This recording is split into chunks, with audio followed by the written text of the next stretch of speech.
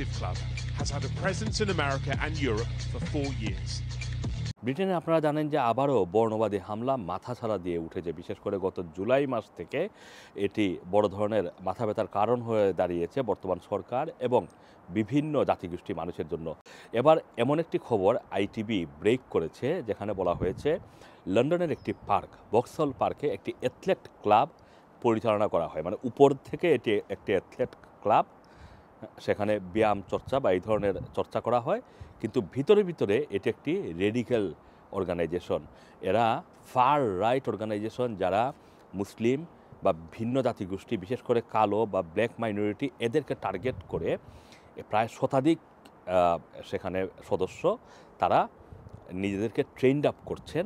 এবং তারা এখানে আইটিভির একজন রিপোর্টার, সাদা রিপোর্টার, তিনি সেই গ্রুপের সাথে যুক্ত হয়ে তিনি অন্তত 4 দিন তাদের কাছ মানে এই যে গোপনে ফিল্মিং করেন এবং সেখানে এমন সব স্পর্শকাতর ইনফরমেশন তিনি বের করে নিয়ে এসেছেন। কারণ এই গ্রুপের তাদের রিয়েল হিরো হচ্ছে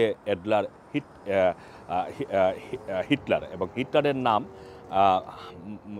নিয়ে তারা মূলত উচ্ছ্বাস করে থাকেন। সেখানে একসাথে সমস্যাটা চিৎকার করেন এই ধরনের হিটলারের নাম নিয়ে, এবং তারা নিজেদের মধ্যে এই ধরনের আলোচনা করেন যখন তারা সংবাদপত্রে দেখেন যে একজন কালো লোক আরেকজন কালো লোককে মেরে ফেলেছে, বা একজন ব্ল্যাক মাইনরিটির লোক আরেকজন ব্ল্যাক মাইনরিটির লোককে হত্যা করেছে। এটা তাদেরকে খুবই আনন্দ দেয়।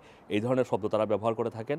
এর পাশাপাশি তাদের কার কাছে কী পরিমাণ ওয়েপন মানে অস্ত্র আছে সেগুলো তারা একজন আরেকজনের সাথে শেয়ার করে থাকেন। সুতরাং এই গ্রুপটি ভক্সহলের একটি পার্কে প্রকাশ্যে প্রতিদিন মিলিত হয়।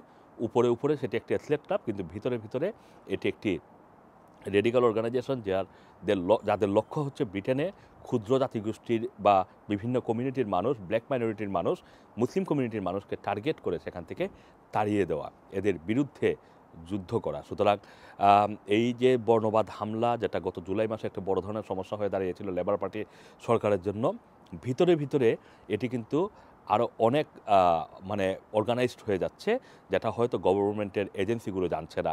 আইটিভি রিপোর্টে এটি বেরিয়ে এসেছে। এবং এখানে আরেকটি গুরুত্বপূর্ণ তথ্য হচ্ছে এই একই গ্রুপে একজন কনভিক্টেড আসামি, যিনি এর আগে বর্ণবাদী হামলার জন্য এবং ছুরি নিয়ে আরেকজনকে বর্ণবাদী আঘাত করার কারণে যার জেলদণ্ড হয়েছে, এইরকম একজন দাগি আসামিও এই গ্রুপে রয়েছে। এবং এই গ্রুপের মেম্বার প্রায় শতাধিক মেম্বার, এবং এরা প্রচণ্ড বর্ণবিদ্বেষী এবং এশিয়ান ব্ল্যাক মাইনরিটি বিদ্বেষী।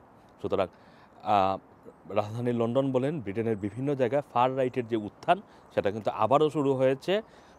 সবাইকেই সতর্ক থাকা উচিত। Assam আবাসম, Rana TV, London.